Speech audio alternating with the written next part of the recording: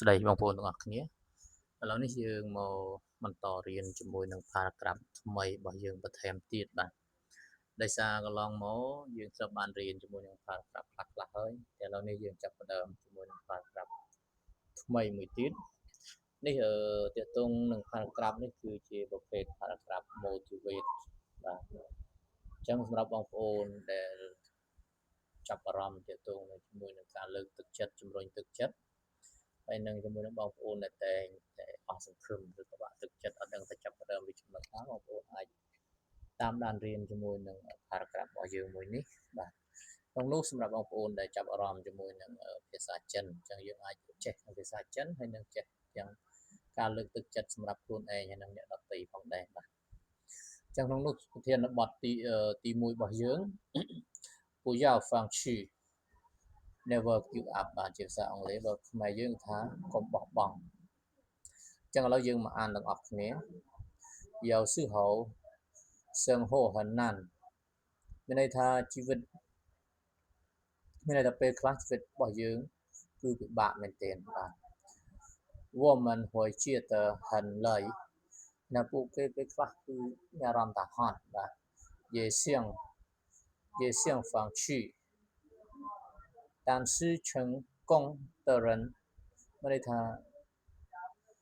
ប៉ុន្តែមនុស្សជោគជ័យបាទ从来不轻易放弃មានន័យថាឆ្លងកាត់ពីការមានន័យថាឆ្លងកាត់ពីការមិនបោះបង់他们每天坚持一点一点进步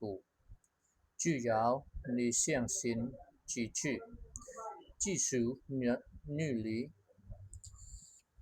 总有一天你会成功所以不要放弃你的梦想坚持下去បាទឥឡូវនេះយើងមកមើលការបកប្រែទាំងអស់គ្នាឥឡូវយើងមកអានម្ដងទៀតហើយនឹងយើងមើលការបកប្រែ有时候ពេលខ្លះ生活很难ជីវិតពិតជាពិបាកណាស់បាទ我们会觉得很累យើងមានអារម្មណ៍ថាហត់នឿយ也想放弃ហើយក៏ចង់បោះបង់但是成功的人ប៉ុន្តែមនុស្សជោគជ័យ从来不轻易放弃មិនដែលបោះបង់ងាយៗនោះទេ也他们每天坚持ហើយមានន័យថាពួកគេនៅបន្តរៀងរាល់ថ្ងៃមានន័យថានៅជាបន្តជារៀងរាល់ថ្ងៃបាទបន្តរៀនបន្តការធ្វើការខិតខំឲ្យនឹងឯងបាទអ៊ីទៀនជីនពូហើយអភិវឌ្ឍបន្តិចម្ដង只要你相信自己ចឹងមានន័យថាបើអ្នកជឿជាក់លើខ្លួនឯងជីស៊ូនីលីបន្តការខិតខំ终有一天你会成功មានន័យថាថ្ងៃណាមួយអ្នកនឹងជោគជ័យ所以ដូច្នេះ不要放弃你的梦想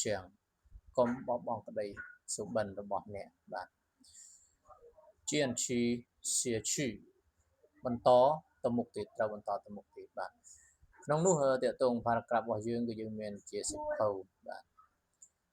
ប៉ុន្តែជាសិភៅដោយសារយើងបានបោះពុម្ពចេញទេគឺយើងធ្វើជាសិភៅអាចជា PDF អញ្ចឹងបងប្អូនត្រូវការអាចធ្វើការទំនាក់ទំនងបានដោយសារក្នុងនោះតម្លៃពិសេសសម្រាប់បងប្អូនដែលមានចំណាប់អារម្មណ៍អាចឆាតឬក៏ comment ឬក៏តាក់ទងតាមរយៈ Facebook page បានបាទយើងមានច្រើនតាក់ទងនឹង paragraph ទាំងអស់នេះគឺជាប្រភេទ paragraph motivation បាទជាការលើកទឹកចិត្តជំរុញទឹកចិត្តឲ្យផ្សេងហ្នឹងអញ្ចឹងដោយសារយើងវីដេអូដូចជារាំងយូរហើយអញ្ចឹងបងប្អូនមានចំណាប់អារម្មណ៍អាចធ្វើការទំនាក់ទំនងមកហើយមានចម្ងល់បងប្អូនអាចសួរតាមរយៈ chat ឬក៏ comment បានបាទសូមអរគុណ